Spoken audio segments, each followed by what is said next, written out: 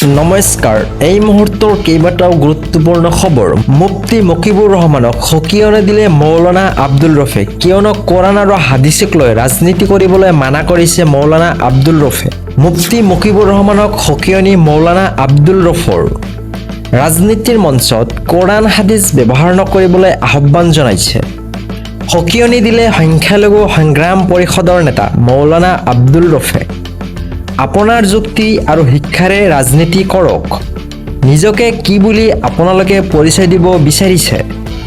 ৰাজনীতিৰ নামত কোৰাণ আৰু হাদিছক ব্যৱহাৰ কৰিবলৈ নিদিওঁ। মুফতি মকিবুৰ ৰহমানক সকিয়নি মৌলানা আব্দুল ৰফৰ। দ্বিতীয় বিবাহ কৰা স্বামীক আজিয়েই কৰা হ'ব এৰেষ্ট। মুখ্যমন্ত্ৰী ডাঙৰীয়াৰ এইটো ডাঙৰ মন্তব্য। দ্বিতীয় বিবাহ কৰা স্বামীৰ বিৰুদ্ধে প্ৰথমটো একশ্যন আৰম্ভ মুখ্যমন্ত্ৰীৰ। মই তোৰ লগত আছো ভনী, চিন্তা নকৰিবি। দ্বিতীয় বিবাহ কৰি অসম আৰক্ষীৰ নাক কটা আৰক্ষীক গ্ৰেপ্তাৰৰ নিৰ্দেশ মুখ্যমন্ত্ৰীৰ। দ্বিতীয় বিবাহ কৰা স্বামীক আজিয়েই কৰা হ'ব এৰেষ্ট। এগৰাকী মহিলাই মুখ্যমন্ত্ৰীক দিলে পোনপটীয়াকৈ অভিযোগ। নিশাই গ্ৰেপ্তাৰ নিৰ্দেশ মুখ্যমন্ত্ৰীৰ।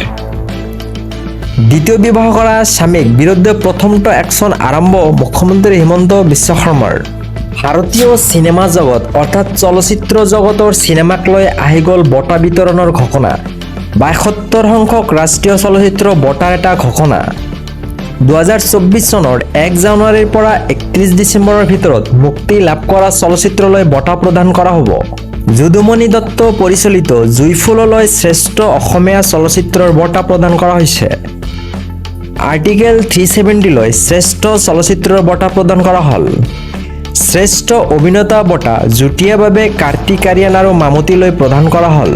চন্দু চেম্পিয়ন ছবিৰ বাবে কাৰ্তিক আৰিয়ানক বঁটা প্ৰদান কৰা হৈছে আৰু ব্ৰহ্মযুগৰ বাবে মামুতিলৈ প্ৰদান কৰা হৈছে বঁটা। আৰ্টিকেল 370 চলচ্চিত্ৰৰ বাবে ইয়ামি গৌতমলৈ শ্ৰেষ্ঠ অভিনেত্ৰীৰ বঁটা। শ্ৰেষ্ঠ জনপ্ৰিয় চলচ্চিত্ৰ বঁটা কালকি 2898 AD-লৈ প্ৰদান কৰা হ'ল। পুষ্পা 2ৰ বাবে সুকুমাৰলৈ শ্ৰেষ্ঠ চিত্ৰনাট্যৰ বঁটা প্ৰদান কৰা হ'ল। পুষ্পা 2ৰ বাবে দীপালী নুৰ, শীতল শৰ্মালৈ শ্ৰেষ্ঠ সাজ-সজ্জালৈ বঁটা প্ৰদান কৰা হৈছে। আমৰণ চলচ্চিত্ৰৰ বাবে শ্ৰেষ্ঠ পৰিচালনাক বঁটা ৰাজকুমাৰ পেৰিয়াস্বামীলৈ। আজ কি ৰাত চলচ্চিত্ৰখনৰ বাবে শ্ৰেষ্ঠ কোৰিঅ'গ্ৰাফাৰ বঁটা বিজয় গাংগুলীলৈ।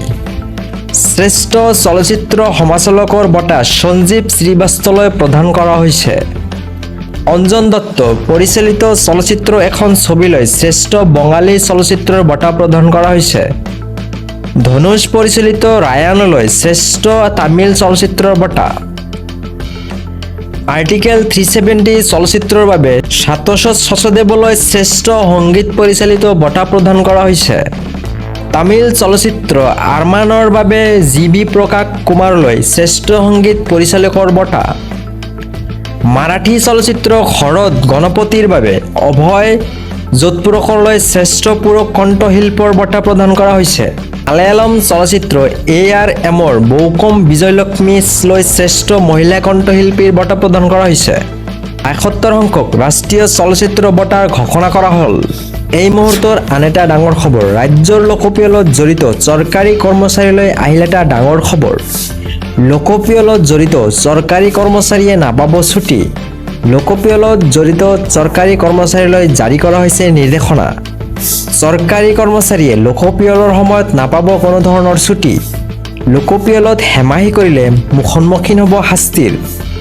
লোকপিয়লৰ কামত তথ্য জালিয়াতি কৰিলেও সন্মুখীন হ'ব শাস্তিৰ। আপত্তিজনক প্ৰশ্ন কৰিলেও শাস্তিৰ সন্মুখীন হ'ব কৰ্মচাৰীয়ে।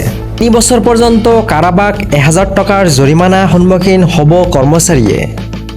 ৰাজ্যৰ লোকপিয়লত জড়িত চৰকাৰী কৰ্মচাৰীলৈ এইটো এটা ডাঙৰ খবৰ।